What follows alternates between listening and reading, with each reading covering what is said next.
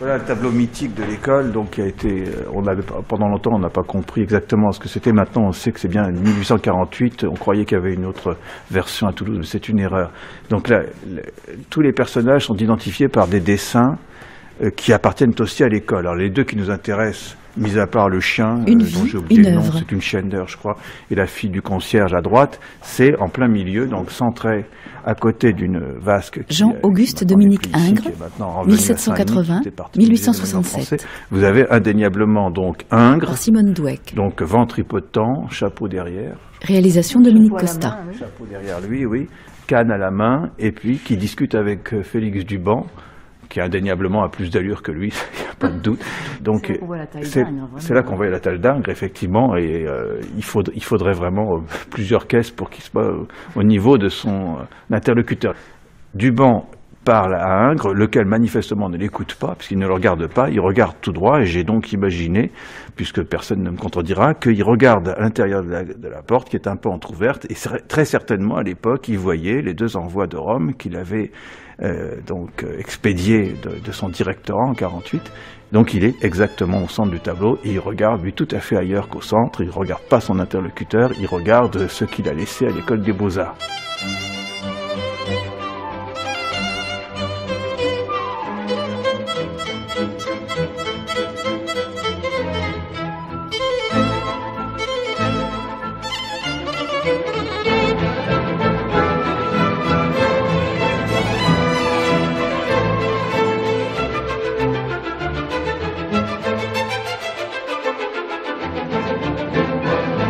Lorsqu'on sait bien son métier et que l'on a bien appris à imiter la nature, le plus long pour un bon peintre est de penser en tout son tableau, de l'avoir pour ainsi dire tout dans sa tête, afin de l'exécuter ensuite avec chaleur et comme d'une seule venue. Alors, je crois, tout paraît senti ensemble. Voilà le propre du grand maître, et voilà ce qu'à force de rêver jour et nuit à son art, on doit acquérir, si l'on est né. Il me semble être cet homme. 1813.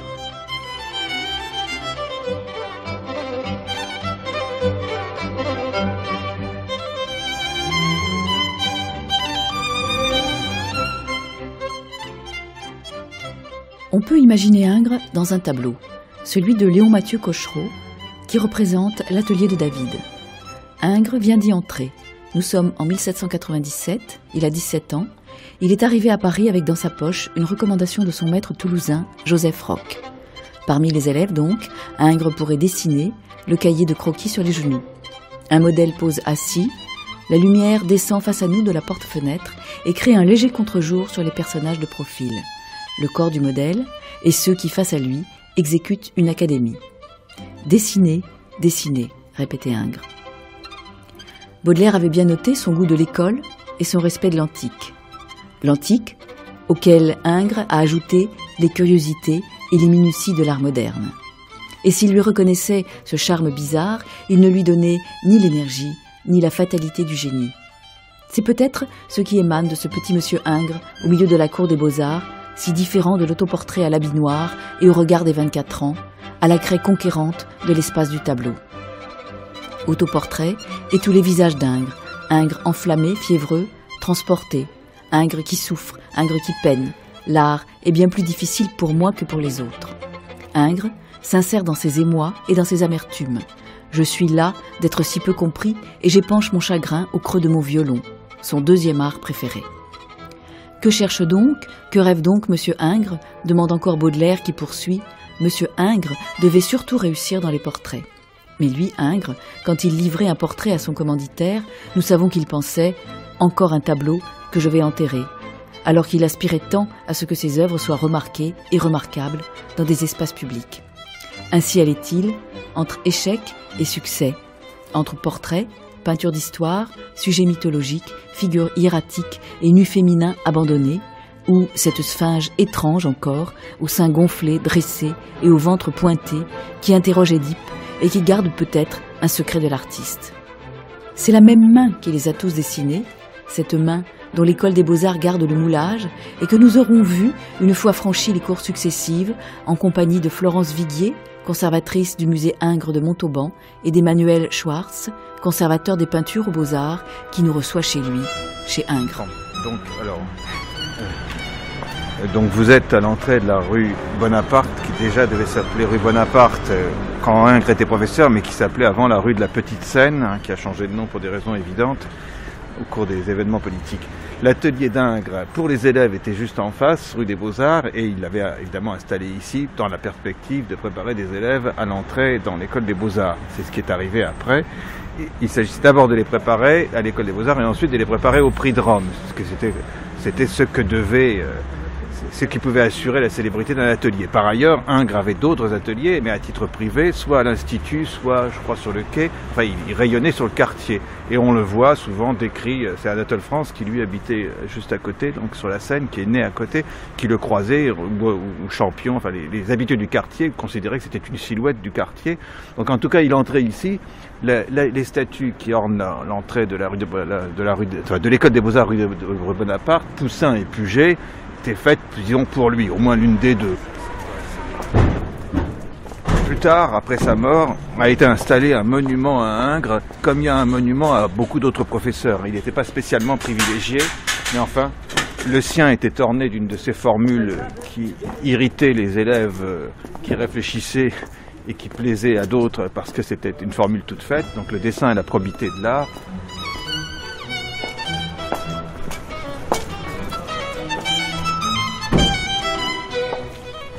Donc Flandrin, son meilleur élève en principe, prix de Rome. Simard, qui est un sculpteur qui devient son élève, mais à Rome, à l'Académie de France à Rome. Et puis au-dessus, donc, on voit écrit à la main ici, Ingres, donc sculpté, un buste sculpté en bronze. Qu'est-ce que vous diriez, Florence Viguier, de ce buste ? Donc il est assez conforme à l'iconographie d'Ingres, en général, fixé par lui-même, parce qu'à part l'autoportrait de jeunesse, il s'est toujours donné dans ses représentations cet air un peu sévère et sérieux. Ce qui lui importait, c'était ça, de laisser une image un peu sérieuse à la jeunesse. Et donc Bonacieux a respecté finalement cette physionomie, voilà, un peu sévère. Sourcils froncés. Sourcils froncés, oui.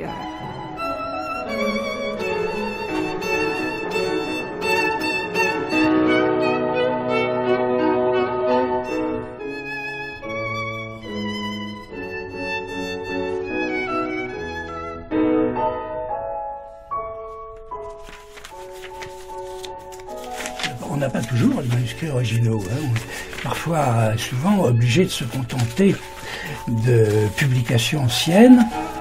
Dans ce cas-là, évidemment, on ne peut pas tout vérifier. Tenez, en voilà un. C'est une photocopie, mais enfin bon, c'est un peu pareil.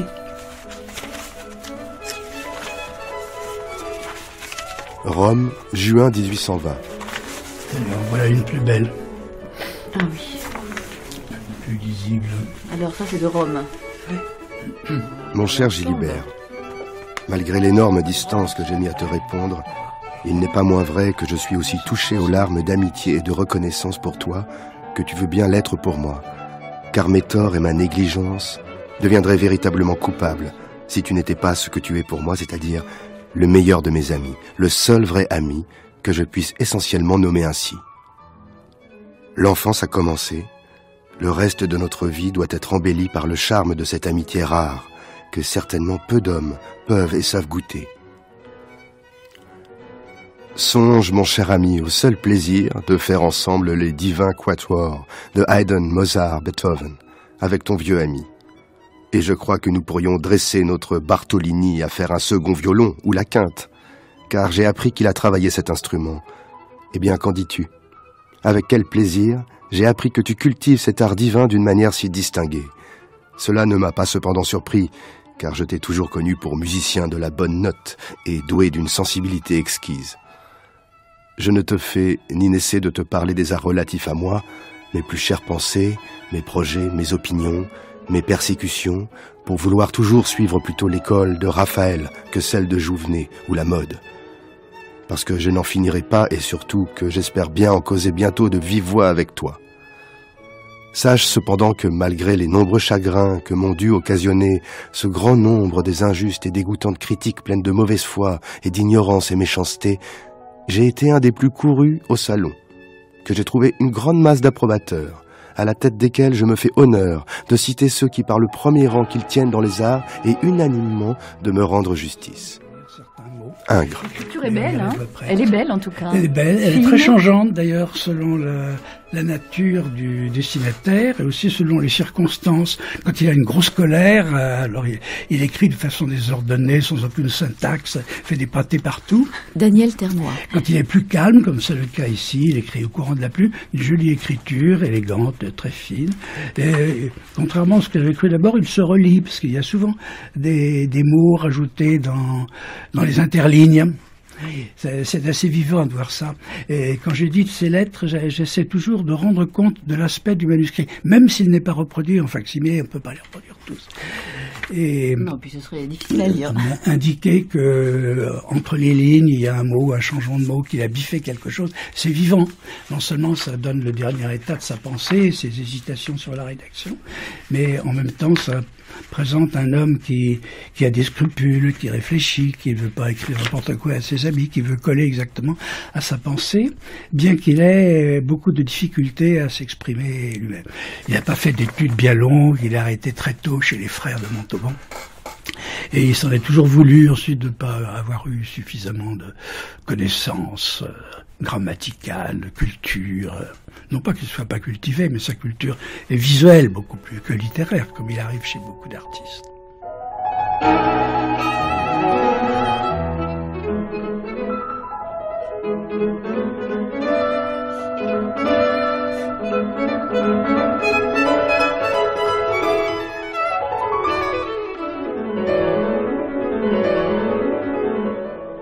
Et puis, donc, entrez.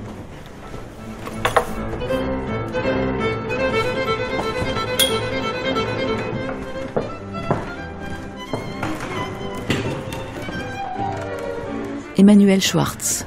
Donc, les travaux scolaires d'Ingres sont restés parce que c'était la règle. En principe, tous les travaux scolaires primés par des prix payés en espèces sonnantes et trébuchantes devaient rester la propriété de l'école. Donc, sous l'Empire, l'école qui devait s'appeler spéciale ou peu importe, et ils ont dû arriver jusqu'à nous.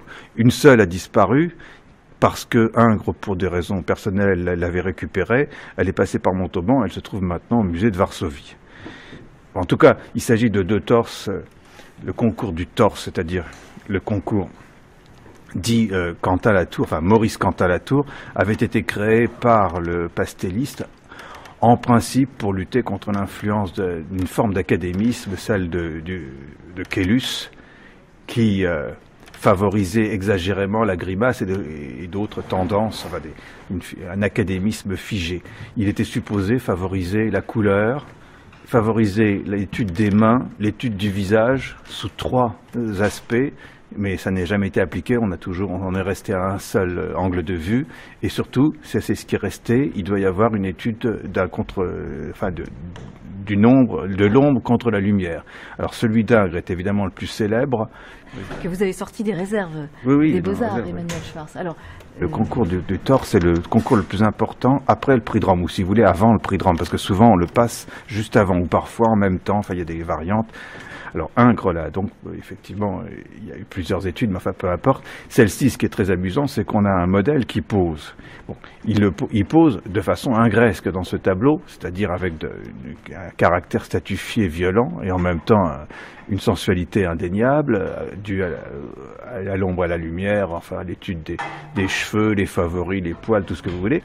Donc un homme debout, nu, appuyé sur quelque chose qu'on ne distingue pas bien, qui sert effectivement à la fois à lui donner son équilibre et surtout à accentuer ce mouvement de déhanchement qui en fait toute la sensualité dont parlait Emmanuel Schwartz et qui permet aussi ce déhanchement d'accentuer l'effet de lumière, de lui faire jouer un rôle tout à fait différent dans la partie haute et la partie basse du tableau. Un visage aussi que je vois pas bien, pardon. Là, je dois me. Qui lui aussi a un côté extrêmement, effectivement, comme dans le torse de Montauban, extrêmement différent du modelé du corps. C'est-à-dire que c'est dans le visage que se concentre la vie qui ne serait pas sculpturale. Avec donc ce mélange d'antique pour le mouvement de la sculpture, pour le déhanché, et puis de moderne parce que le modèle conserve donc les caractéristiques du temps. Les mains, par exemple, les mains selon la volonté de Quentin Latour sont extrêmement travaillées. L'une d'entre elles sort pratiquement du plan du tableau, celle de la main droite. Qui est posée sur. Oui, et en principe, même le drap rouge fait partie de la volonté de Latour. Il voulait une couleur rouge, enfin une couleur, et c'est souvent une couleur rouge. Alors dans les mêmes années, on a des choses assez curieuses puisque parfois le modèle lui-même se met à cabotiner tellement que le portrait devient plus l'œuvre du modèle que l'œuvre du peintre. C'était un peu le cas dans ce personnage-là qui cabotine un petit peu en regardant un peu trop au plafond. Alors vous parlez aussi de ce magnifique travail sur la lumière. La lumière, en l'occurrence, là, il arrive que la lumière soit totalement incohérente, qu'il y ait vraiment dans certaines compositions que la lumière et l'ombre soient totalement impossibles. Là, c'est pas le cas. On peut admettre qu'il est éclairé à gauche violemment, probablement par une lumière artificielle, tandis que la partie à l'ombre sert de contraste.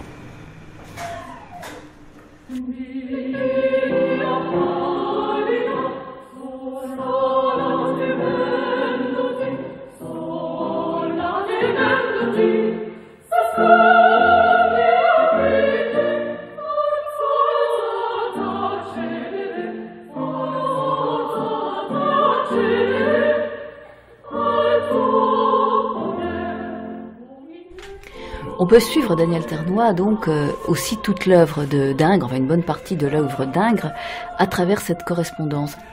Les premières œuvres dont il est question dans la correspondance, ce sont donc les envois de Rome, c'est-à-dire les travaux obligatoires dont l'aboutissement sera Jupiter et Thétis, un grand tableau longtemps ridiculisé mais qui nous fascine aujourd'hui, qui est au musée d'Aix-en-Provence, 1811, donc son dernier envoi de Rome. Ensuite, après la chute de l'Empire, 1814-1815, il n'a pas de grande commande de l'État et il est obligé de peindre des petits tableaux de faible rapport qu'on appelle des tableaux historiques ou de genre historique, racontant de petites histoires à propos de gens célèbres, par exemple Henri IV jouant avec ses enfants, des choses comme ça. Et naturellement, ce n'est pas ça qu'il veut faire. Il veut faire des grandes toiles de plusieurs mètres de haut, mais il faut obtenir des commandes et un paiement substantiel. Donc l'étape suivante, c'est la commande du vœu de Louis XIII pour la cathédrale de Montauban. Tout le monde s'est employé à lui faire obtenir cette commande. Ses amis sur place à Rome, le directeur de l'Académie de France à Rome, Thévenin, à un moment où Ingres avait déjà quitté la villa, mais il était encore à Rome. Et puis à Montauban, Gilibert et les amis de Gilibert. Donc il y a eu une convergence d'amis pour lui faire obtenir une commande importante, a-t-on vu, qui puisse satisfaire la population de sa ville natale et qui lui permette aussi de frapper un grand coup au point de vue esthétique, politique, on peut dire, à Paris, à l'occasion d'un salon. Et il passe à l'exécution de cette toile les 4 ans de son séjour à Florence, c'est-à-dire de 1820 à 1824. Là, c'est presque la misère. Il peint un ou deux portraits, il dessine un peu pour des Anglais, des portraits d'Anglais qui sont très célèbres aujourd'hui. Et puis il travaille avec beaucoup de peine et de retour en arrière, un vrai travail de Pénélope, au vœu de Louis XIII, qui finalement est envoyé au Salon de Paris en 1824. Succès énorme, parce qu'il est inspiré de Raphaël, des Madones de Raphaël. C'est ça qu'une certaine classe académique et une certaine clientèle attendaient. Il est porté au nu et il devient, comment dire, le représentant de tout le courant classique ou académique face au romantisme qui commençait à se développer à ce moment-là. Ce n'est pas encore la querelle Ingres de Lacroix, ce n'est pas personnalisé de cette façon, mais c'était bien contre le courant romantique que Ingres était envoyé. Et ensuite, il reçoit des quantités d'honneurs, d'autres commandes, ça y est, c'est la gloire qui commence. Mais en 1824, il a 44 ans. Et il a donc mangé de la vache enragée pendant de très nombreuses années en Italie avant de parvenir à cet endroit. Il est l'ami de Louis-Philippe et il reçoit beaucoup de commandes. Et les deux autres œuvres marquantes de cette période parisienne, disons, entre 1824 et 1834, c'est l'apothéose d'Homère pour un salon du Louvre, un plafond, chose assez difficile à concevoir et aussi à voir aujourd'hui, et le martyre de Saint-Symphorien pour la cathédrale d'Autun. Il mettait beaucoup d'espoir dans ce tableau, il a un mal, il y a travaillé pendant 10 ans, on peut dire, avec beaucoup de retours en arrière. Il ne voulait pas montrer le travail à ses amis, tenait porte close à son atelier, et il a fini par l'exposer au salon de 1834. Et la presse a été très très méchante, très hostile à ce tableau. Il a été ulcéré dès le lendemain et a quitté lui-même le salon. Il a déclaré que plus jamais il l'exposerait au salon officiel, qu'il n'exposerait plus que dans son propre atelier, quand il le jugerait bon, et sur invitation pour des gens choisis. Alors, ce qu'il a fait. Hostile pourquoi la critique à Saint-Symphorien ? Je pense qu'il a d'abord dérouté les admirateurs d'Ingres parce qu'elle était tout à fait aux antipodes du vieux Louis XIII qui lui avait amené toutes ces admirations. Il y avait un très grand nombre de personnages, très serrés les uns contre les autres, fourmillants, les uns nus, les autres vêtus, gesticulants, agglomérés. On n'a pas compris. On n'a pas compris comment cet homme qui avait pendant des années fait l'éloge en quelque sorte de la stylisation, avait affiché son mépris pour l'anatomie, présentait tout d'un coup un tableau qui était une série d'anatomies d'hommes et de femmes complètement contraire aux principes qu'il avait exposés jusque-là. Si bien que, quand le ministre de l'Intérieur, qui était le ministre des Beaux-Arts, c'est-à-dire Adolphe Thiers, lui propose la direction de l'Académie de France à Rome, il hésite un peu et finalement il accepte pour fuir Paris et tous les gens qu'il avait trahis. Ça a été un drame personnel vraiment très grave, très profond. Ingres, qui est un homme bourru, était en fait un homme extrêmement sensible en particulier aux critiques, aux attaques, et là il a été véritablement ulcéré et durablement. Donc il part pour Rome à la fin de 1834, on arrive en 1835, pour un directorat qui doit durer jusqu'à la fin de 1840, qui se prolongera en fait jusqu'au début de 41. C'est lui qui va faire restaurer la villa, construire des bâtiments, aménager une bibliothèque, une galerie d'antiques, etc. Un très gros travail. Et là, il oublie un peu, mais pas complètement, puisque quand il écrit à ses amis, Édouard Gatteau, qui était un camarade médailleur pour la Monnaie, ou Marcotte, ou Gilibert quelquefois, il continue à dire pourquoi est-ce que j'ai fait ça, pourquoi j'ai quitté Paris, tous mes amis, je suis seul ici, quelle faute j'ai faite, etc. Et ses amis le lui répètent. Mais il prend son mal en patience et surtout il prend son devoir bien à cœur. Il est chargé de diriger une institution à laquelle il croit, qui est importante pour la formation des élèves. Et pour lui, c'est la suite normale de l'enseignement qu'il a donné pendant une dizaine d'années à Paris à un groupe d'élèves. C'était l'atelier le plus fréquenté.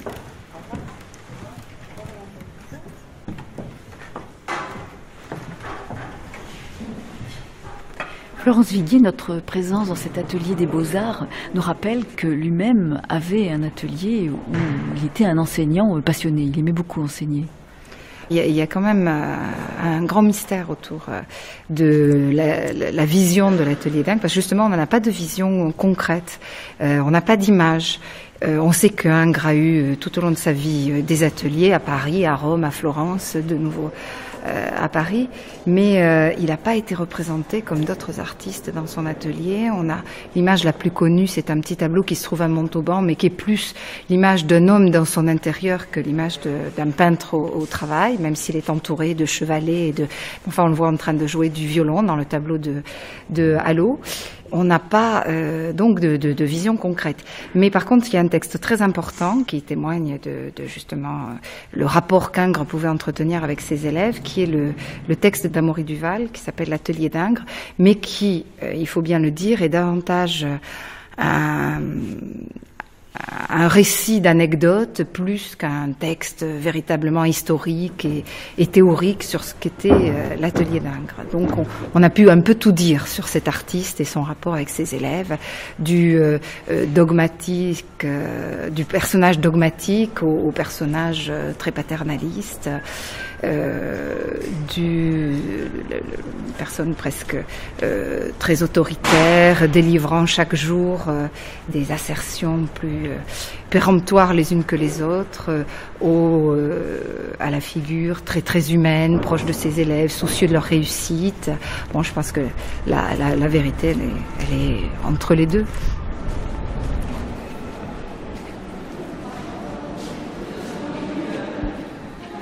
Croyez-vous que je vous envoie au Louvre pour y trouver ce qu'on est convenu d'appeler le beau idéal? Quelque chose d'autre que ce qui est dans la nature. Ce sont de pareilles sottises qui, aux mauvaises époques, ont amené la décadence de l'art.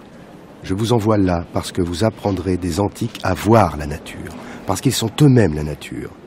Aussi, il faut vivre d'eux, il faut en manger. De même pour les peintures des grands siècles. Croyez-vous qu'en vous ordonnant de les copier, je veuille faire de vous des copistes? Non, je veux que vous preniez le suc de la plante. Adressez-vous donc aux maîtres, parlez-leur, ils vous répondront, car ils sont encore vivants. Ce sont eux qui vous instruiront. Moi, je ne suis que leur répétiteur.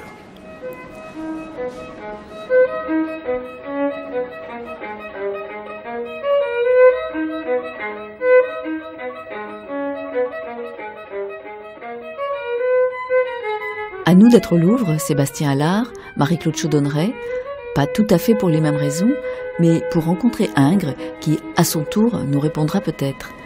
Devant nous, la grande odalisque, qui marque la différence entre son rêve de peinture d'histoire et cette peinture de nu.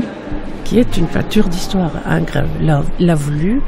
Et lors du salon, puisqu'elle a été exposée au salon de 1819, elle a eu la place dévolue au grand tableau d'histoire, ce qui avait beaucoup choqué les contemporains, ne comprenant pas qu'un non-sujet, puisque c'est une odalisque, puisse être traité comme une peinture d'histoire. Et justement, probablement que la modernité de cette œuvre réside dans l'œuvre elle-même, mais aussi dans le fait qu'on l'a exposée publiquement au salon, comme le disait Marie-Claude, à une place de peinture d'histoire, et que du coup on remettait en question l'idée, la tension entre le caractère privé d'une œuvre émanant d'une commande privée qui était destinée à Caroline Murat et qui aurait dû rester dans des appartements privés, et l'exposition publique de cette œuvre sans sujet, presque une odalisque. Certains critiques disaient que ce n'est qu'une étude, puisqu'ils n'ont vu qu'un corps de forme. Mais c'était Forbin, c'est bien ça, qui avait exposé le directeur du musée qui était responsable. Et est-ce que ce n'était pas tout simplement aussi pour favoriser Ingres, qui était son ami ? Son ami, certes, c'était son ami, condisciple chez David, mais surtout il avait conscience que c'était un très grand artiste. Quand la correspondance avec Granet, de Forbin Granet, dit à propos d'un tableau qui n'a jamais été exposé, c'est les clés de Saint-Pierre, la Trinité des Monts, Ingres va pas plaire. Il savait qu'il était trop en avance sur son temps, finalement. Donc il a voulu l'imposer là comme un grand peintre. En le mettant à une place d'honneur dans le salon carré, et ce qui a été considéré comme proprement scandaleux. Là, on voit bien que les fondements de l'art néoclassique ou de la grande peinture néoclassique sont troublés, avec l'accord de la direction des musées, avec l'accord des instances officielles. À mon avis, c'est même plus que l'accord. Oui, Forbin a mis au point une stratégie pour imposer, parce qu'il était tellement difficile à comprendre qu'il fallait l'imposer à tout prix, en fait. On va s'approcher puisqu'on est devant cette odalisque. Alors, c'est une femme nue, de dos, mais qui regarde en direction du spectateur, donc qui tourne la tête dans la direction opposée à celle du corps, donc à la fois distante et offerte, tout en longueur, dans ce cadrage très très particulier et dans lequel se déroule le corps qui est comme enchâssé, pourrait-on dire, et un corps qui est évidemment trop long, avec Ingres qui valorise ici des effets de surface Et les critiques d'ailleurs ont souligné ce corps trop long en disant que c'était incroyable, cette odalisque avait une vertèbre supplémentaire pour être aussi longue. Et en réalité, il y avait ici une vraie provocation, une vraie rupture avec l'art davidien. D'une part parce que l'art davidien s'était construit sur l'héroïsme viril, la nullité de l'homme en action, voilà. Et là, Ingres proposait un nu féminin, et d'autre part, Ingres ici rompt avec l'intégrité anatomique, qui était un des grands principes de l'art davidien.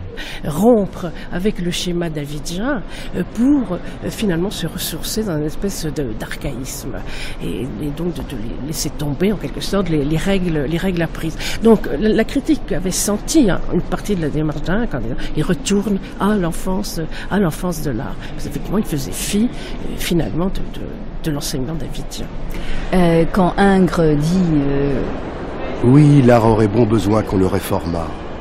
Et je voudrais bien être ce révolutionnaire-là. Mais patience. Je ferai tant des pieds et des dents que cela sera peut-être un jour. J'y mets toute mon ambition. Ils affermiront encore plus mes idées dans cette belle route. Ils ont beau me crier que je m'égare. Insensé, c'est vous qui ne marchez pas droit. Est-ce que là, déjà, il commence à être ce révolutionnaire-là ? Oui, il a été dès le début, dès les envois de Rome. Et parmi ses premiers envois, dont justement le Jupiter et Thétis, tableau qui devait être jugé par les académiciens, déjà là, il y a déjà une sorte de manifeste, où il rompt complètement avec justement cet héroïsme davidien. Ingres à Jean-François Gilibert, Florence, 29 avril 1822. Mon cher ami, plus de Paris, plus de salon. Je suis extrêmement désappointé en cela, et au désespoir d'avoir manqué de battre le fer chaud, reculé de 2 ans, et tout cela pour avoir cédé à des complaisances les unes sur les autres. Pour vaquer à de petits ouvrages, je n'ai jamais frappé net. Cesse, mon cher, de t'intéresser autant à ton pauvre ami. J'ai peur de compromettre tes soins généreux, car je désespère de mon sort. L'avenir commence à m'effrayer et le découragement est presque total. Ah, combien je sens que ta présence ici me rendrait la vie heureuse. Tout ce qui va se passer au salon, où je devais certainement jouer un rôle intéressant, va me percer le cœur de regret. Je viens d'en écrire à monsieur de Forbin, surtout pour le prier de ne rien recevoir de moi au salon, vu que je ne pouvais y apporter le tableau de Montauban. Ne crois pas cependant que j'ai été sans m'occuper du grand tableau, dont j'ai déjà fait un très grand tiers, pouvant t'assurer que j'espère trouver qu'il n'y a point de sujet indifférent en peinture. Le tout est de bien voir et voir juste surtout. Dieu merci, je peux avec toi penser tout haut. Je me trouverais trop heureux si les moyens légitimes pour se faire un nom tel qu'on peut le mériter et la puissance d'anéantir l'envie et l'ignorance de ce siècle me fussent aussi faciles que de faire l'art, comme je le fais, car, malgré les peines et les soins que j'y mets, je sens que je suis dans la force du talent et me vois une grande facilité à produire. Mais une chose toute contraire et ennemie de mon repos et qui m'empêche d'employer mes moyens, c'est que sans être cependant un homme de société, il s'en faut, on veut que je voie le monde. Je suis quelquefois obligé de m'arracher de l'atelier pour des condescendances, des visites de curieux. Une toilette est pour moi un des travaux d'Hercule. Mais surtout, n'étant vivant que dans mon atelier, la vie silencieusement studieuse est la plus heureuse. Elle fait tout oublier du dégoûtant de ce monde. Et c'est peu à peu que je vais aussi entreprendre de m'isoler presque entièrement, et puis surprendre et frapper fort.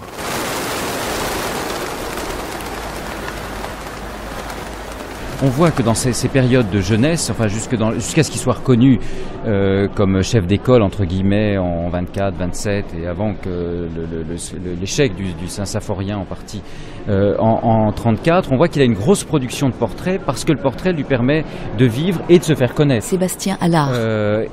Ensuite, en ralentissant sa production de portraits, il me semble que peut-être, il envisage que le portrait peut être le sujet moderne.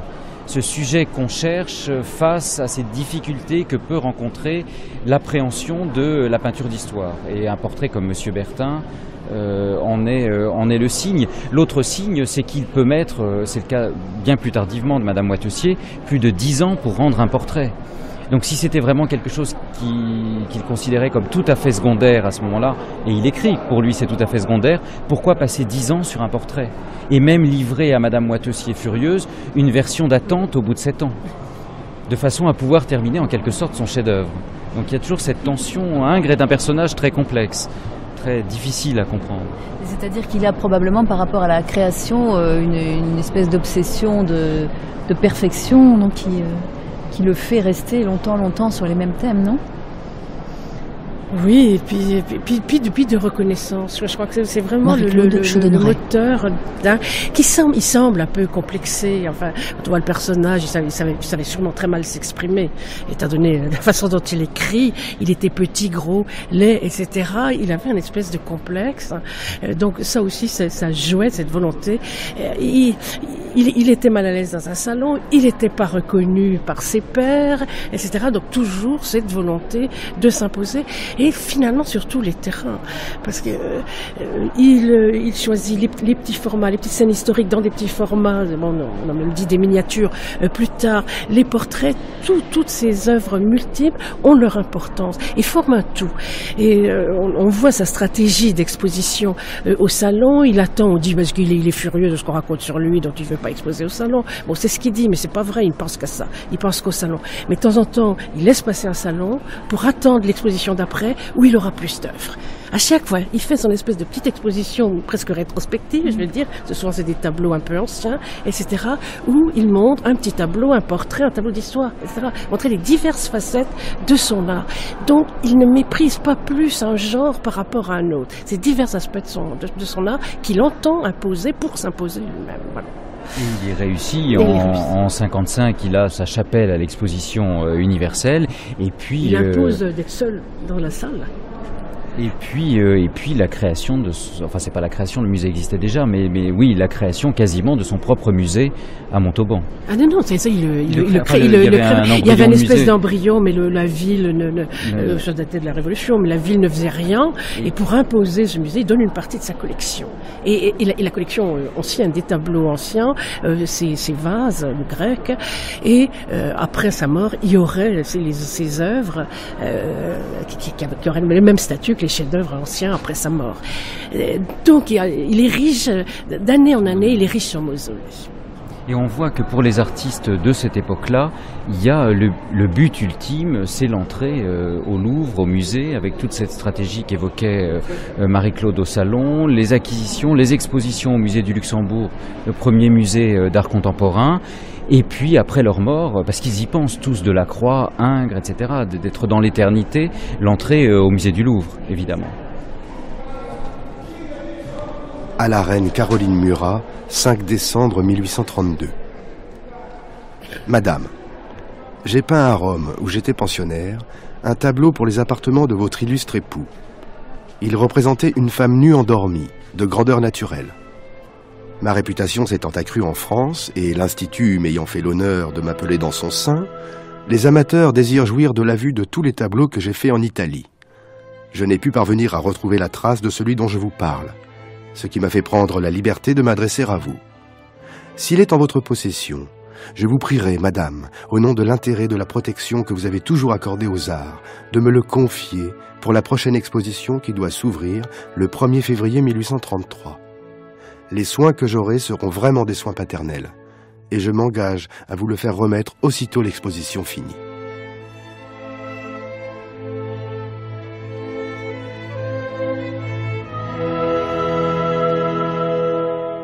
Je vais vous lire une page qui est la première séance de pose de ce modèle italien qui est entré dans l'atelier d'Ingres, et Ingres a l'impression d'avoir rencontré la beauté telle qu'il l'imagine, telle qu'il l'avait toujours rêvé, et elle est devant lui, sous ses yeux, sous la personne de cette jeune femme inconnue qu'il a fait entrer dans son atelier.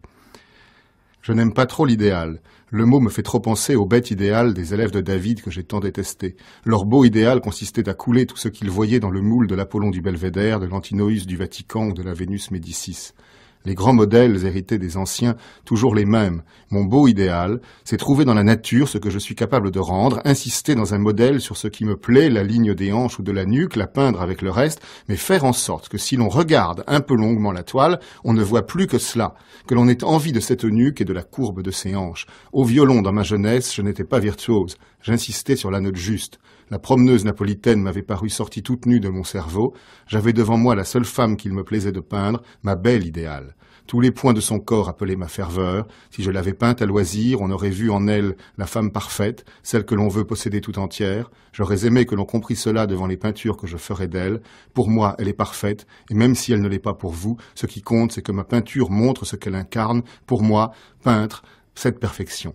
Et cette impossible peinture à laquelle je me consacrais dès lors eût été la perfection pour vous, pour chacun. Cet extrait, Adrien Goetz, de La Dormeuse de Naples, qui est donc une fiction que vous avez écrite. Oui, qui est un pur roman, oui. Un pur roman, pourquoi ? Parce que La Dormeuse de Naples, c'est un tableau perdu. Oui, c'est un tableau mythique dans l'histoire de la peinture, et mythique pas uniquement parce qu'il est perdu. C'est-à-dire qu'il y a le roman où j'ai inventé l'histoire de ce tableau, en prenant beaucoup de liberté avec l'histoire de l'art, puisque j'ai imaginé que j'ai interverti l'ordre d'exécution de l'odalisque et de la Dormeuse de Naples pour des raisons romanesques. Mais le tableau réel, le tableau qui a existé, qui a fait partie de la collection de Murat et de Caroline Murat, la sœur de Napoléon, est un tableau qui, s'il réapparaissait aujourd'hui, serait probablement un des nus les plus importants, les plus célèbres, peut-être les plus envoûtants de la peinture du XIXe siècle. D'abord parce que c'est un tableau qui ouvre toute une série. Historiquement, c'est le premier grand nu féminin du XIXe siècle et qui ouvre toute la série des nus féminins dans la production d'Ingres. C'est-à-dire que c'est un tableau dont on a une étude quand même. Alors on a une étude, mais on ne sait pas si c'est une étude préparatoire. C'est l'étude qui est conservée à Londres, au Victoria et Albert, et on ne sait pas si c'est une étude qui est faite pour préparer le tableau, si c'est une étude faite de souvenirs pour tenter de le retrouver. On a plusieurs dessins aussi pour lesquels se pose la même question. Est-ce que c'est préparatoire ou est-ce que c'est un dessin qu'Ingres avait pu reconstituer pour retrouver, entreprendre la quête qui était la recherche de sa dormeuse. Donc la dormeuse, c'est un nu féminin, une femme blonde, représentée sur un fond où il y a des rideaux rouges. Elle est de face, elle regarde le spectateur, elle est faite pour rivaliser avec les grands nus de la peinture classique, avec la Vénus de Giorgione qu'Ingres pouvait connaître par la gravure, et elle ouvre donc cette longue suite de baigneuses, de femmes au bain, d'odalisques, qui aboutit au bain turc. Donc c'est le premier jalon de toute cette recherche qu'Ingres a mené toute sa vie. Ensuite, Murat, qui a acheté la Dormeuse de Naples, commande à Ingres un pendant. Et ce pendant, tout le monde le connaît, c'est l'odalisque du Louvre. Donc, et le fait de peindre l'odalisque transforme la Dormeuse de Naples. C'est-à-dire que le tableau qui n'était qu'une étude, anatomie, qui était une sorte de Vénus non mythologique, ce tableau devient une allégorie. C'est-à-dire qu'il y a la blonde et la brune, il y a la femme d'Occident et la femme d'Orient, la femme qui est de face et la femme de dos. C'est finalement une œuvre double.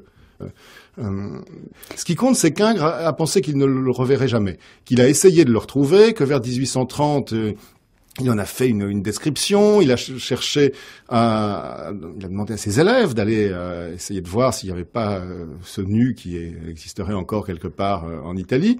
Donc je pense que beaucoup des femmes nues peintes par Ingres n'existent que parce qu'elles sont la nostalgie de ce tableau perdu. Et puis il y a autre chose, j'ai l'impression pour nous, c'est cette idée du secret, j'allais dire aujourd'hui, autour de la Dormeuse de Naples. Un secret d'une œuvre que nous aussi on cherche pour finir, et qui est lié certainement aussi à l'érotisme de ce tableau. Oui, bien sûr. On a beaucoup parlé de l'érotisme d'Ingres. On est même allé chercher dans le fond de dessin de Montauban de prétendus dessins érotiques qui seraient les érotiques secrets d'Ingres. Ce que l'on a trouvé, en réalité, ce sont des reproductions dessinées d'estampes du XVIe siècle, qui sont à peu près ce que tout étudiant en art ou ce que tout artiste à l'époque accumulait comme petites pochades dans ses cartons pour les montrer ou à ses camarades. Bon, mais rien qui témoigne véritablement d'un érotisme d'Ingres. Le véritable érotisme d'Ingres est évidemment à chercher dans les détails. Il est à chercher dans la petite babouche de l'odalisque, dans les très légères déformations qui apparaissent constamment, le regard sur chaque détail du corps que révèlent les dessins du fond de Montauban, où on le voit étudier la courbe d'une hanche, étudier un pied, une oreille. Parfois, le détail d'une oreille isolée peut être tout à fait un élément qui témoigne de cet érotisme d'Ingres, qui détaille le corps féminin, qui va chercher chaque fragment avant de composer sa Vénus idéale. On le voit très bien pour la source, qui est le résultat d'une sorte d'assemblage de dessins qui sont très beaux, qui sont tous conservés et qui permettent de voir comment il élabore cette révélation progressive du corps féminin, détail par détail. Dessin numéro 3493, plume sur papier, 10-3 sur 19. Deux jeunes filles riant dans un chemin et s'enveloppant leur bouche d'un voile de leur tête. Celle-ci, par jeu, prend la tête de son ami et la colle à un mur en riant. Il y en a 4500. Oui. Non, bien sûr. Sur ces 4500, en plus, je le disais, ils sont... moi, ce qui me touche, c'est que... ils sont pas tous de la même qualité. Et c'est justement voir un artiste qui a tant marqué son temps, qui a tant fait parler de lui, le voir conserver comme ça l'ensemble de son œuvre, y compris ce qui n'est pas bon, ce qui est maladroit, ce qui est hésitant, ce qui est tâtonnant, mais parce que il le voyait comme faisant partie d'un tout. C'est pour ça, enfin, moi en tant que conservateur du musée Ingres, je me dis la grande chance que j'ai, c'est de pouvoir tout voir, y compris ça. Et à Montauban, par exemple, en ce moment, j'ai montré une exposition sur les rapports d'Ingres avec la sculpture. Et bon, évidemment, il faut aussi faire comprendre à quel point il a pu être un grand dessinateur. Donc, il y a quelques belles feuilles, mais je me suis pas privée de montrer des choses toutes petites, des petites notations de voyage, des dessins plus ou moins forts. Mais en tout cas, chez Ingres, qui est censé justement nous avoir laissé ces tableaux avec ces formes parfaites, eh bien c'est très touchant de voir. Le pas beau fait partie, au fond, de l'œuvre de celui qui était en quête du beau. Ah, absolument, voilà. Lui, en quête du beau idéal, eh bien, il a su garder aussi ce qui était vraiment tout à fait médiocre. C'est peut-être un peu exagéré, mais en tout cas pas réussi en devenir.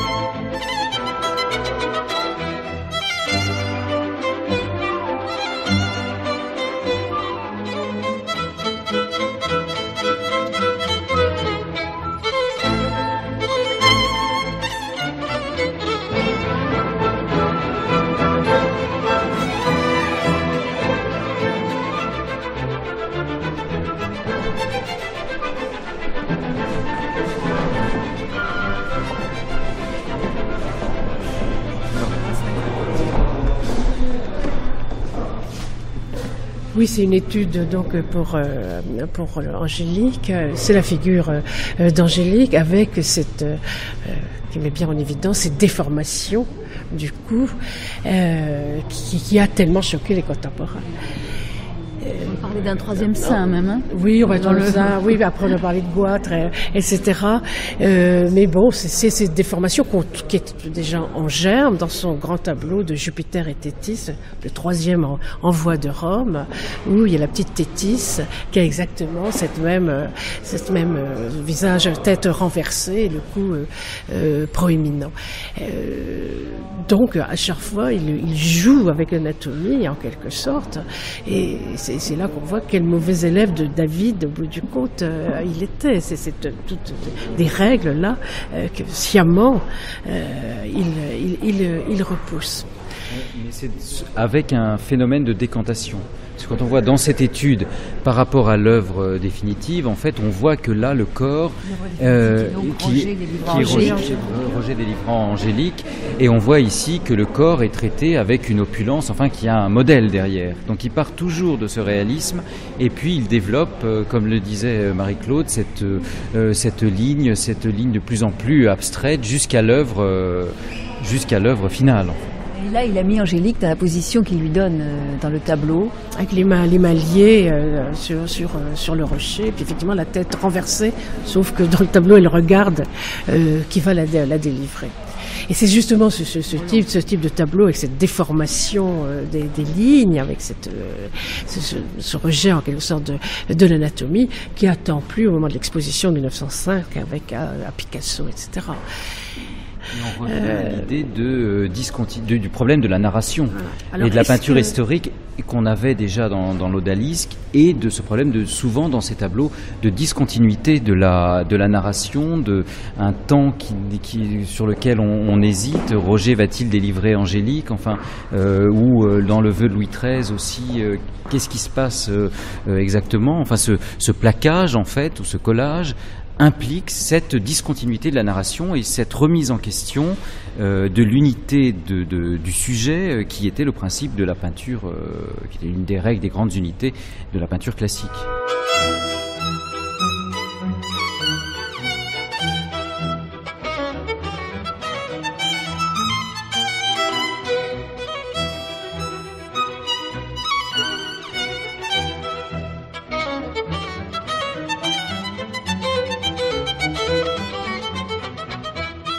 Adrien Goetz, dans le roman, le récit que vous avez écrit, et avec la voix que vous donnez à Ingres dans la première partie du roman, on entend bien finalement toute la démarche du peintre. Là, vous avez en même temps condensé cette démarche du peintre, cette très lente démarche, et je pense que ça correspond à un travail que vous avez fait tout récemment sur les dessins d'Ingres et sur ce que vous avez appelé le collage. Le collage, alors collage, c'est un mot, c'est vrai, tout à fait contemporain. Oui, c'est ça. On n'emploie pas du tout le mot collage au XIXe siècle pour parler d'une œuvre d'art. Le mot collage, on l'emploie à partir d'Aragon, des textes sur les surréalistes, sur les cubistes, au moment où le collage est une vraie technique utilisée à des fins artistiques, alors que chez Ingres, il y a une pratique du collage indéniable, dont témoignent de très nombreuses feuilles du fond de Montauban, et qui n'avait pas été vue, je crois, comme une méthode.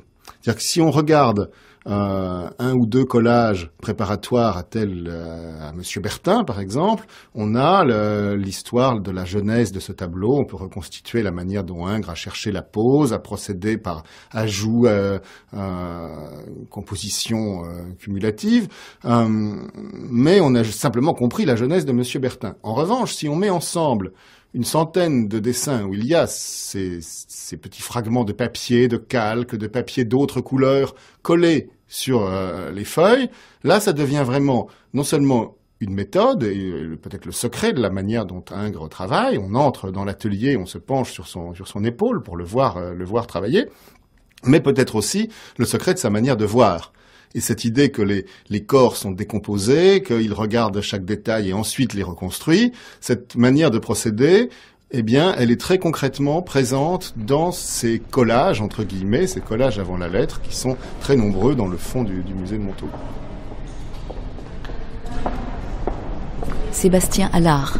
Il y a l'idée de répétition, alors qui prend des significations différentes suivant les époques, mais on voit bien qu'à la fin de sa carrière en particulier, il se répète comme si, en fait, il avait puisé des éléments dans les époques anciennes, et puis que maintenant il puisait les éléments dans son propre œuvre, en réalité. Et je pense qu'en partie, son imagination de peintre, son inspiration fonctionne sur le mode de la cristallisation, Et c'est en ça, peut-être que c'est un peintre justement très très moderne qui met l'accent sur le dessin. Enfin, c'est comme si la main l'entraînait vers... Alors il crée un dos, d'un dos il finit par faire une femme, une baigneuse, d'une baigneuse il fait un tableau complet, et le sommet de tout ça est évidemment le bain turc, qui est une sorte d'immense autocitation où on a, alors le bain turc qui est très tardif, qui est des années 1860, mais où on a cette baigneuse Valpinson, où on a Madame Moitessier. Oui, c'est ce phénomène de cristallisation, d'accumulation, et une idée en appelle une autre, mais c'est une idée graphique. C'est comme si la main sur la surface de la toile était toujours emmenée vers autre chose. Qu'est-ce que ça veut dire au fond, chez lui, chez cet artiste ?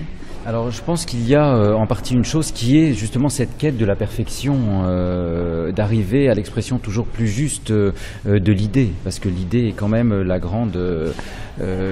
grand moteur de la création.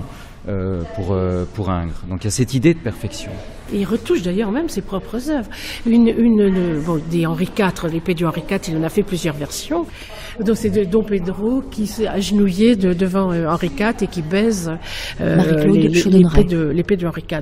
D'où ce sujet qui a fini par être réduit au titre l'épée de Henri IV. Donc il en a fait plusieurs versions. La première était exposée au salon de 1814, elle est chez un marchand américain, new-yorkais. Et c'est la première. Et il a, parce qu'il est très sensible aux critiques, on a dit c'est trop resserré, etc., etc. Et il a plus tard modifié cette première version en élargissant un peu la composition pour qu'elle soit moins resserrée, etc. Donc il y a cette idée de toujours se perfectionner. Et je pense que de traiter plusieurs fois le même sujet, alors évidemment c'est des commandes qui sont à l'origine de ces petits tableaux, mais en même temps une idée d'améliorer à chaque fois, ce qui montre à quel point le sujet au bout du compte n'avait pas d'importance, c'était la composition, de reprendre le même sujet et à chaque fois l'améliorer, d'où ces différentes versions. On a différentes versions de Paolo et Francesca, on a différentes versions de l'épée de Henri IV, etc. Donc c'est cette recherche perpétuelle. Est-ce que le style, justement, on le voit très bien dans ce type de sujet, de petite scène historique, parce que le style est inséparable du sujet. Il y a une attitude historiciste où quand il fait Dom Pedro, il s'inspire de la Renaissance. Quand il fait Paolo et Francesca, il va s'inspirer de Masaccio. Lorsqu'il fait le maréchal de Berwick, il va s'inspirer de Lebrun pour arriver à une expression du sujet qui soit la plus juste possible en utilisant les ressources de l'art de telle ou telle époque. Donc sujet et style sont intimement liés. Et lui, il va prendre ces sujets propres aux peintres troubadours, qui sont des peintres de genre, pour faire un tableau d'histoire. Et en réduisant encore le format par rapport, ça c'est le cas de l'épée d'Henri IV, le format par rapport à la scène de genre. Cette scène de genre a quand même un format plus important. Et donc là, il démontre en quelque sorte l'absurdité de la hiérarchie des genres. Il n'y a pas besoin d'un grand format pour faire de la grande peinture d'histoire. Et c'est un peu valeur de manifeste. Et à côté, alors, on a cette la chapelle Sixtine, enfin le décor de la chapelle Sixtine. Une des deux versions. D'ailleurs, le sujet même de la chapelle Sixtine pourrait laisser penser qu'il s'agit d'un sujet de genre, comme Granet pouvait en faire à l'intérieur d'église, mais on voit bien que ce qu'il cherche à représenter, il s'en explique en partie dans sa correspondance, c'est au fond une représentation du caractère immuable et éternel de ce cérémonial de l'église catholique. Enfin nous, aujourd'hui, on va facilement à Rome, mais à l'époque c'était un petit peu plus difficile, et la manière dont il a été frappé par à la fois cette alliance de Michel-Ange, du rite séculaire, et c'est une sorte de peinture d'histoire en raison de ce sujet éternel et immuable d'une certaine manière. Et en fait, de quelle scène s'agit-il ? Alors c'est une cérémonie pendant la Semaine Sainte. Pendant le Vendredi Saint, mais dans la version de Washington, il représente le pape non pas en deuil, mais en blanc, et il y a une lettre où il dit « Oui, je l'ai fait en blanc », il n'était pas en blanc puisqu'on est pendant la Semaine Sainte, je l'ai fait en blanc parce que je me suis tout à coup rappelé que j'étais un artiste.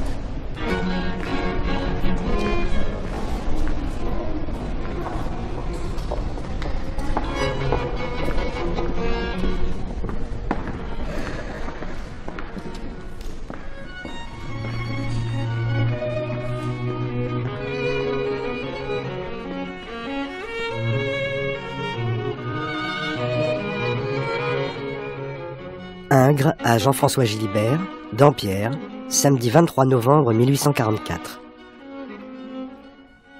Mon très cher ami, il y a bien longtemps aussi que je veux t'écrire et te parler de tes amis solitaires de cette vallée, qui ont mangé tes raisins montalbanais avec grand plaisir. Ils auraient pu être un peu plus mûrs seulement. Merci de ton bon souvenir. Je me suis bien remis à ma grande composition. J'ai passé les 2 tiers. Mais que puis-je t'en dire? Que je suis moi-même très impatient de la clore pour en juger, car j'improvise pour ainsi dire groupe et figure. Et ce n'est que lorsque je n'aurai plus de toile blanche que j'espère, enfin, en être moi-même aussi satisfait que l'artiste peut l'être de son œuvre.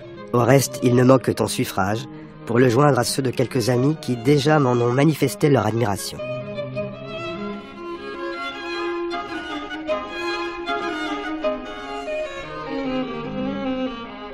Dampierre, dimanche 27 juillet 1845. Mon très cher parfait ami, je suis dans la plus déplorable situation en prenant cette pluie monteuse et comme je n'ai rien à dire pour moi, que malgré tout tu n'as pas un meilleur et plus tendre ami que moi, et que par cela, le sachant bien, tu excuseras mes 64 ans et sa tête, son esprit, son courage, à supporter tout le chaos des surchargements de travaux à peine croyables par le nombre.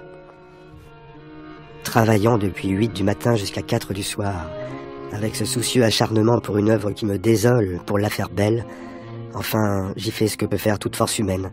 Je vois du moins l'œuvre avancée, c'est-à-dire l'ébauche de l'âge d'or. Le fond de l'âge de fer est fait en dessin, et on viendra, à moi parti, l'exécuter tout comme s'il devait rester ainsi, et sur ce, je mettrai les figures. C'est le siège meurtrier d'une acropole prise d'assaut, où toutes les horreurs de la guerre seront exprimées.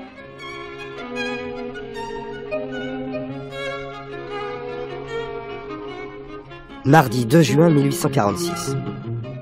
Je suis à Dampierre jusqu'à samedi 6 juin, où je suis depuis le 11 mai.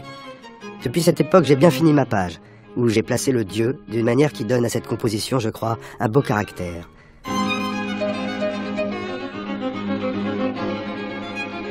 J'ai peint en grande partie le fond, ciel, grande montagne, et les plans jusqu'à la Seine. Mon ami de Goff, habile paysagiste, mon élève, achève le reste, tous les arbres du premier plan.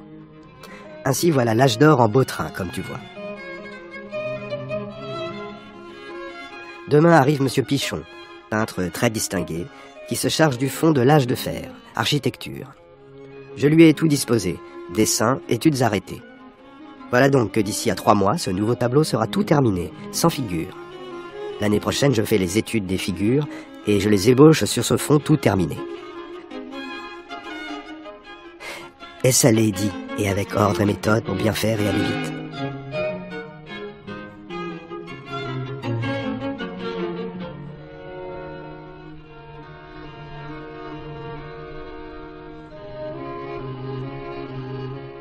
Vous avez mis le mot de collection, le mot de assemblage ou rassemblage, le mot de fiche, et tout ça, c'est intéressant. Alors il y a plusieurs types de collages dans ce fond de Montauban. Il y a des collages qui servent vraiment à la composition, qui servent à construire. On le voit très bien pour le très grand chantier qu'il occupe au château de Dampierre, la grande peinture murale de l'âge d'or, où effectivement il a cherché très longtemps à mettre ensemble tous ces groupes, à ajouter telle figure d'enfant sur les genoux de sa mère. Donc là il retravaille, il reprend, c'est vraiment le collage comme construction. Et puis il y a aussi des assemblages très disparates. Certains, par exemple, on le voit collé sur l'étude d'une femme qui doit figurer dans l'âge d'or, un collage, un petit papier collé en réalité d'après une peinture antique, une peinture d'Herculanum ou de Pompéi, une peinture murale et qui n'a rien à voir avec le sujet principal. Donc là, on a vraiment une association d'idées. Parfois, ces collages sont des rapprochements très inattendus et à la limite du cadavre exquis, des éléments où, pour des raisons esthétiques, ils rassemblent des disparates. Bon, c'est très curieux et c'est, je crois, assez unique. C'est-à-dire qu'il y a bien sûr d'autres artistes à la même époque qui procèdent comme cela, mais avec cette ce côté systématique et aussi fréquemment, je crois que c'est unique et que c'est sans doute la clé cachée du travail d'Ingres qui gît dans ces collages. Ce que les contemporains ont compris en le critiquant, en disant les fameuses déformations anatomiques, l'idée que ces couleurs sont des couleurs découpées au ciseau, que il ne fait que tous les détails se valent, que dans le Napoléon sur le trône impérial, le tableau du musée de l'armée, eh bien les ornements, les pieds, le fauteuil sont aussi bien étudiés que le visage de l'empereur. Bon, tout cela, toutes ces critiques qui sont faites à l'époque, tout cela s'explique si l'on comprend que c'est d'abord un collage. Et selon moi, cette clé secrète nous permet de voir les grands tableaux d'Ingres comme des collages, de comprendre que l'apothéose d'Homère, c'est un collage de portraits, c'est une galerie de portraits étudiés séparément et collés les uns à côté des autres. Que le vœu de Louis XIII, c'est peut-être le gigantesque collage d'un tableau qui est la grande Madone de Saint-Sixte de Raphaël, pour le registre supérieur du vœu de Louis XIII, et pour le registre inférieur, un tableau du XVIIe siècle français, peut-être le Louis XIII de Philippe de Champaigne ou une œuvre proche de celle-ci. Donc en collant deux tableaux qu'il connaît, deux tableaux de l'histoire de l'art, il crée une beauté nouvelle qui n'appartient qu'à lui. Le bain turc, c'est évidemment l'ultime collage, puisqu'il ne fait pas poser de modèle pour ce dernier tableau, qui n'est pas du tout un testament, qui est peut-être la dernière provocation, qui est le tableau où il veut montrer qu'il est encore capable, lui, si âgé, d'étonner et de surprendre et d'être scandaleux. Eh bien, ce tableau, c'est un dernier collage puisqu'on y retrouve des figures de femmes qui sont empruntées à ses œuvres antérieures et qui sont comme découpées dans les tableaux du passé et collées dans le tableau présent. Donc, tous les tableaux d'Ingres peuvent être vus comme cela. Le portrait de Madame d'Aussonville, il y a le collage du reflet sur la glace, il y a les détails des petites jumelles sur la cheminée, il y a sa nuque, il y a ses bras, et chaque élément a été dessiné séparément. On a l'étude de sa coiffure vue de dos à Montauban, on a l'étude pour ses bras, bon, et en assemblant ces études, il a construit son tableau. Donc je crois que c'est vraiment l'indice d'une manière de voir et d'une manière de concevoir la beauté, d'arriver à cette beauté idéale, qui est le but de toute sa vie, de toute sa recherche, par une décomposition suivie d'une recomposition. Collage-montage pour trouver un langage, dites-vous. Oui, bien sûr, exactement. Exactement comme un écrivain accumule les paperoles de Proust collées sur ses manuscrits, ou Balzac reprenant dans les marges de l'édition Furne ses textes et ajoutant et accumulant et retranchant. Bon, ce travail de construction pour atteindre un idéal, c'est vraiment la méthode d'Ingres. Dessin numéro 849. Vénus, avec un geste de pudeur. Collet, coquille. Mine de plomb sur papier végétal. Papier blanc pour le coller. Sur papier, 26,7 sur 15,2. Vénus éléphantine, ou ivoirée blanche. Elle est comme honteuse de se voir nue, engendrée de la mer par le ciel. Les jeunes vierges ont les cheveux noués au-dessus de la tête. Zeuxis peignit Hélène nue. Elle composait son tableau. Une écume blanche, sortie du corps immortel, produisit une jeune fille qui, portée d'abord à l'île de Cythère, où aborda cette aimable déesse, portée dans la molle écume de la mer bruyante. Le rivage de Chypre, les heures la reçoivent. L'éclat de son sein d'albâtre égale la blancheur de la lune. Le bout du sein, vierge, non encore développé. Je chante Vénus à la couronne d'or. Les heures vêtues ou nues, des anneaux éclatants par ses oreilles. La belle comtesse rompolie, bleu-blanche, l'albâtre, l'éclat de son sein d'albâtre, égale la splendeur argentine de la lune. Vénus, fort belle créature, nageant à la mer la tête toute ornée de roses blanches, et incarnate, Zeuxis sacrifiait à la beauté une partie de l'expression. La moindre affection dans la physionomie peut nuire à la beauté pure. Elle est ici comme honteuse de se voir nue. Vénus, nuancée de vert foncé.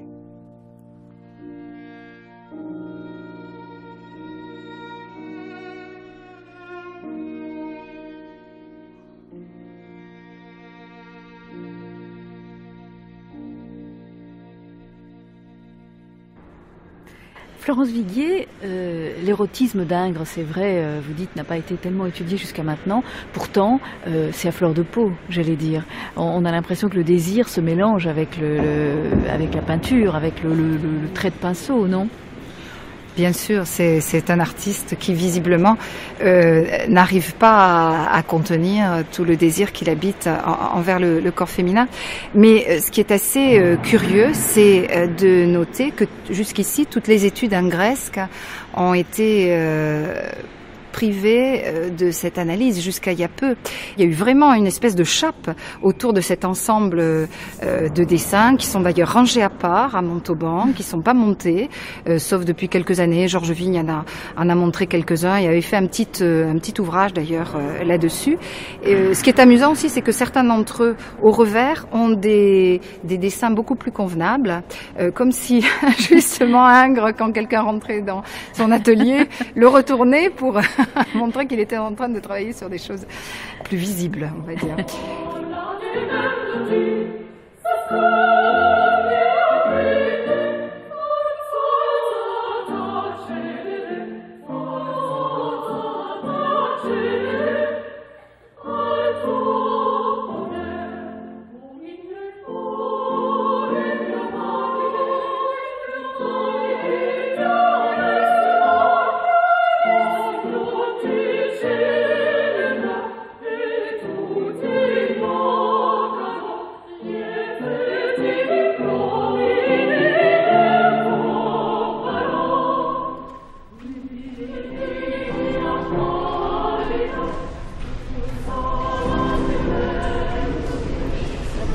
Si on allait voir le portrait de Cherubini.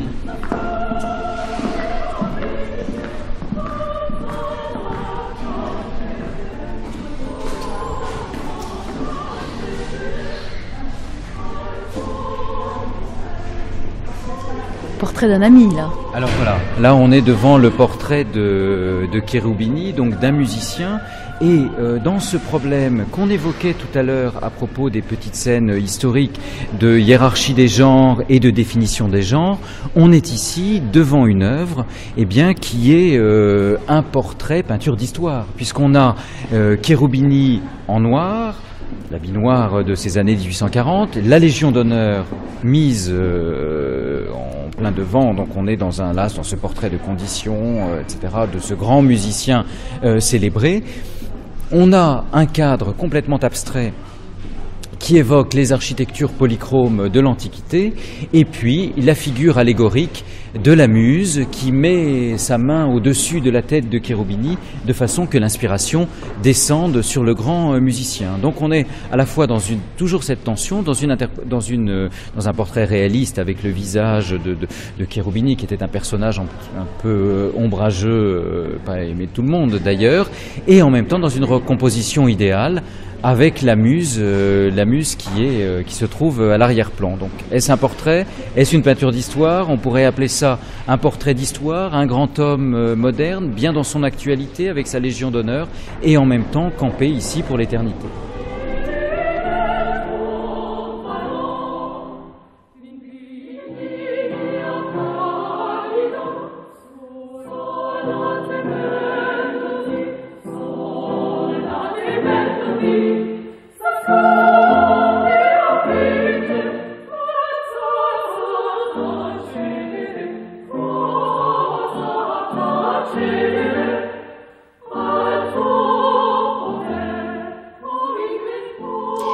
Il y a quelque chose, moi, qui me fascine là-dedans, c'est l'idée de la répétition aussi. Oui, alors il revient sans cesse, et ça c'est, je crois, le violoniste, c'est le musicien, c'est celui qui a un thème et qui ensuite multiplie les variations. C'est tout à fait la pratique d'Ingres violoniste, Ingres qui avait été second violon dans l'orchestre du Capitole de Toulouse et qui, on a d'ailleurs conservé à Montauban ce violon d'étude tellement émouvant, un violon composite, ce que les musicologues ont appelé un violon harlequin quand on l'a restauré dans les laboratoires du musée de la musique. C'est un artiste qui n'a que quelques thèmes en tête et qui toute sa vie les reprend. Ce qui l'intéresse, c'est vraiment de creuser ces quelques sillons qui sont pour lui essentiels. Et au premier rang desquels, il y a évidemment le corps féminin, qui est le sujet par excellence sur lequel Ingres revient inlassablement. Chose que l'on ne devinerait pas à voir ses peintures d'histoire, par exemple.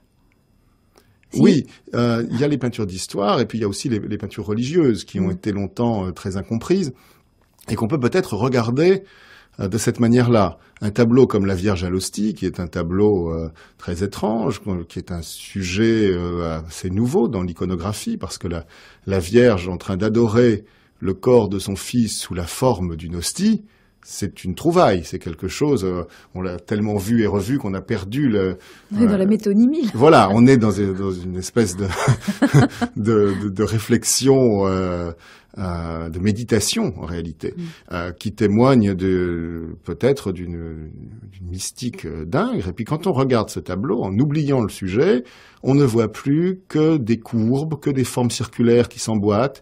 Cette hostie est bien sûr ronde, le tableau a la forme d'un tondo, le visage de la Vierge est parfaitement rond, ses yeux sont de grands yeux ronds, et tous ces cercles qui s'imbriquent, qui s'emboîtent, qui résonnent en écho, finissent par créer une harmonie des sphères tout à fait merveilleuse, très proche des compositions circulaires de Launay ou de choses qui ont vibré au début de l'abstraction, et on peut voir cette image qui pourrait être une image, l'origine de toutes les images de communion du 19e siècle. Bon, on peut finalement voir ce très beau tableau du musée d'Orsay comme une des icônes fondatrices de l'abstraction en peinture. C'est-à-dire que c'est une pure variation sur la forme la plus pure. Et évidemment, c'est celle qu'il faut pour représenter la Vierge et le Christ et le miracle de l'incarnation dans l'hostie. Donc cette forme parfaite, cette circularité qui est répétée, réfléchie, qui ne renvoie qu'à elle-même, c'est vraiment l'expression la plus abstraite de ce qu'Ingres est capable de faire. La répétition mène à l'abstraction. Bien sûr, y compris dans ces sujets-là où on ne l'attendrait pas. On n'irait pas chercher dans une œuvre religieuse, dans un tableau comme cela, des choses aussi profondes, aussi nouvelles et aussi dérangeantes. Et il y a, quand on parlait de répétition, est-ce qu'il y a un côté un peu obsessionnel même de... Totalement, oui. Totalement. Il y a un côté maniaque, obsessionnel, revenant sans cesse sur les mêmes idées, sur les mêmes formes, reprenant chaque modèle, donnant à différents modèles les mêmes poses. C'est évident, et une obsession qui est tenu comme une ligne née variéture tout au long de sa carrière. Les obsessions qu'il a à 20 ans sont celles qu'il a à 60, et ça, c'est extraordinaire. Ça témoigne d'une force de caractère et ou alors de failles tellement profondes qu'on les retrouve constamment. C'est de manière obstinée. Obsession de tout garder aussi.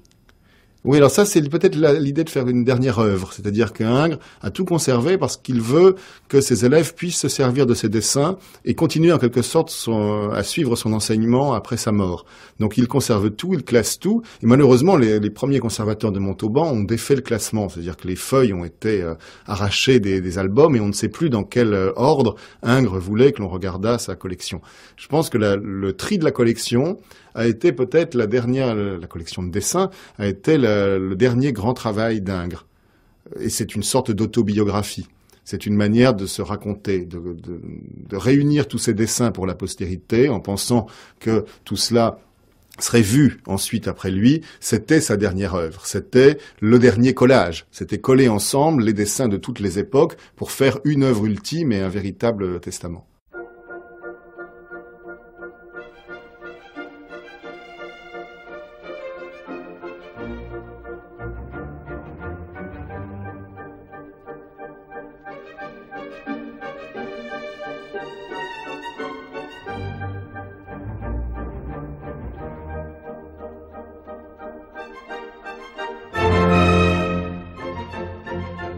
Je suis absorbé par mon travail, que je n'ai jamais aimé autant qu'actuellement. Plus je vieillis, plus il devient pour moi un besoin irrésistible. Je me porte à merveille, et cependant, par mon grand âge, je suis bien près de faire mon paquet. Mais je le veux le plus gros et le plus beau possible, voulant vivre dans la mémoire des hommes. 1856.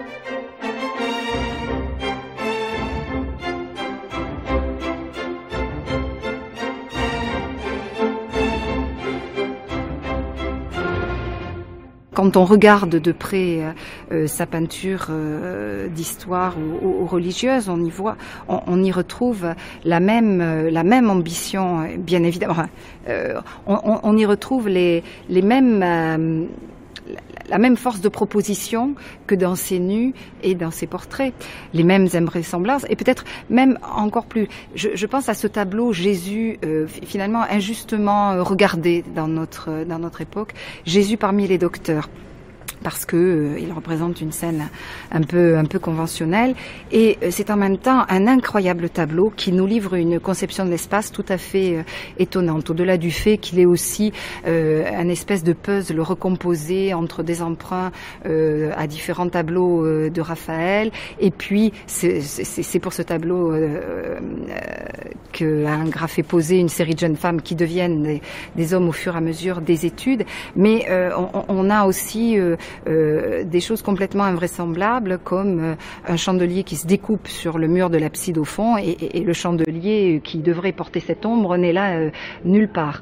Des mains qui se raccordent pas toutes parfaitement au docteur et or on sait que c'est un tableau qui est resté dans l'atelier d'Ingres sur lequel Ingres a eu le loisir de revenir 20 ans durant et s'il l'a laissé comme ça c'est que ce n'est pas la vraisemblance qui l'obsède et alors on le comprend aussi grâce aux études qu'on connaît de ce tableau où on le voit, on sait qu'Ingres procède en général quand il a une idée par un schéma très rapide à l'encre et ensuite il sépare les différentes parties du tableau. Il va travailler la partie gauche, à l'intérieur de la partie gauche, le groupe des personnages du premier plan et ensuite un de ces personnages et puis la moitié de son corps, son bras, sa main et ensuite il réagence tout ça.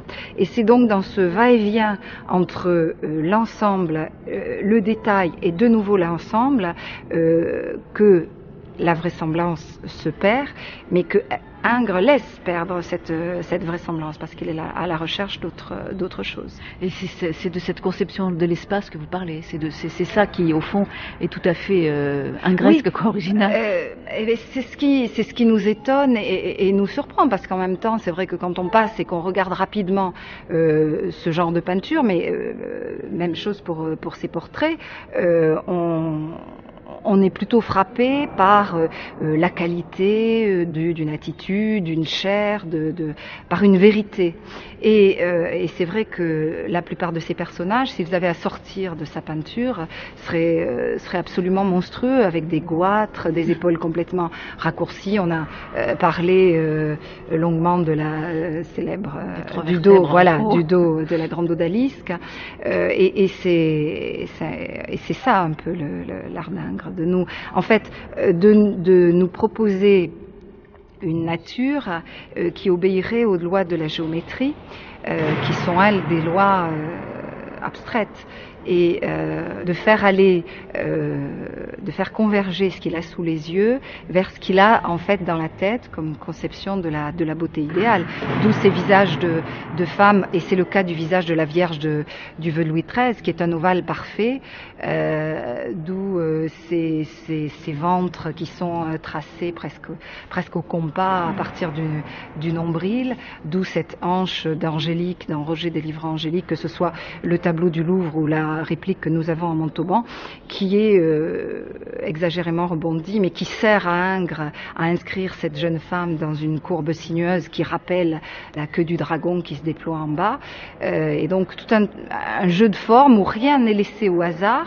Les formes se répondent les unes entre elles par le biais de la géométrie. La forme géométrique qui l'obsède entre toutes, c'est la courbe, bien évidemment.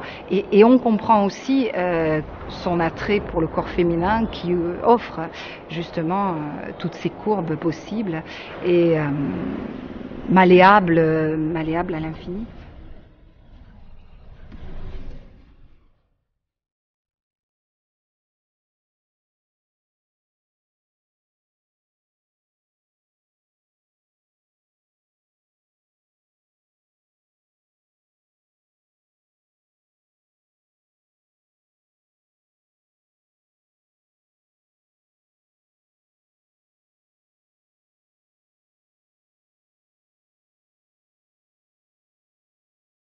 Je pensais aussi que Ingres était quelqu'un qui suscitait énormément l'imaginaire, le vôtre par exemple. Oui, mais on a un texte très fascinant de Kafka dans son journal, qui invente de toutes pièces un tableau d'Ingres, et un tableau qui ressemble un peu aux Beintures, qui ressemble un peu à Ossian, le tableau du musée de Montauban, où il a tous ces corps d'albâtre qui sont comme des fantômes, qui sont comme des ombres autour du vieux poète. Et je vais vous lire le texte de Kafka. Dans son journal en 1911, il écrit « Rêve d'un tableau attribué à Ingres ». Vous voyez, Franz Kafka rêve en tableau, comme on peut rêver dans une langue étrangère, lui il rêve en peinture. Alors, titre du tableau, donc inventé par Kafka, qui n'est pas un tableau d'Ingres, « Les jeunes filles dans la forêt aux 1000 miroirs ». Vous voyez, on a cette idée de l'éclatement, hein, des miroirs qui se répondent, des fragments, bon, tout est déjà dans ce titre. Ou mieux, écrit Kafka, les vierges, tracées d'un trait vaporeux et groupées comme les figures sur les rideaux d'un théâtre. Elles formaient à droite et à gauche du tableau un groupe plus serré. Maintenant, elles cessaient de se tourner uniquement vers le spectateur et faisaient jouer leur miroir, également loin de lui. Les images devenaient indistinctes et leur nombre se multipliait.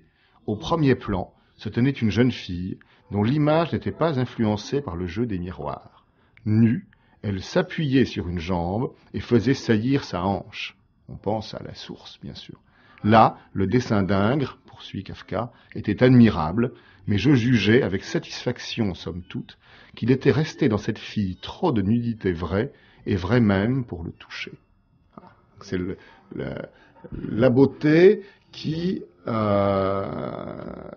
passe par la nudité vraie. Et ça aurait fait plaisir à Ingres qui voulait saisir le beau dans sa vérité, arriver à cette représentation de quelque chose qui n'était plus le beau idéal des élèves de David, mais qui était une sorte d'idéal rendu réel. Et Kafka dit qu'on ose le toucher. Ça, c'est absolument formidable, parce que dans le rêve, on a le sentiment que Kafka a tout compris, et qu'il a saisi intuitivement beaucoup de choses que les historiens de l'art ensuite ont retrouvées et ont su analyser.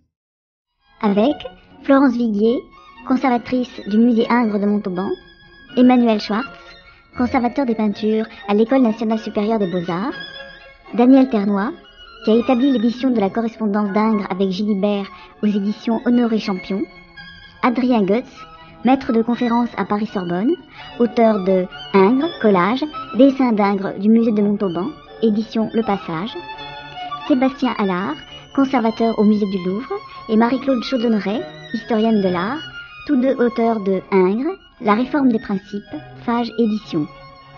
Les textes d'Ingres, correspondance, propos sur l'art, extraits du catalogue de ses dessins édité chez Gallimard, sont lus par Éric Viellard. L'Ode à Ingres de Cherubini, création originale, est extraite du film Le violon d'Ingres de Cécile Favier. Remerciements à Manuel Jauvert, auteur de Ingres aux éditions Terrail et qui a établi l'édition des écrits sur l'art d'Ingres aux éditions Hermann. Prise de son, Isabelle Limousin, Alain Fauché, Pascal Dupont. Coordination, Anne de Biran. Mixage, Claude Niort. Une émission de Simone Dweck, réalisée par Dominique Costa.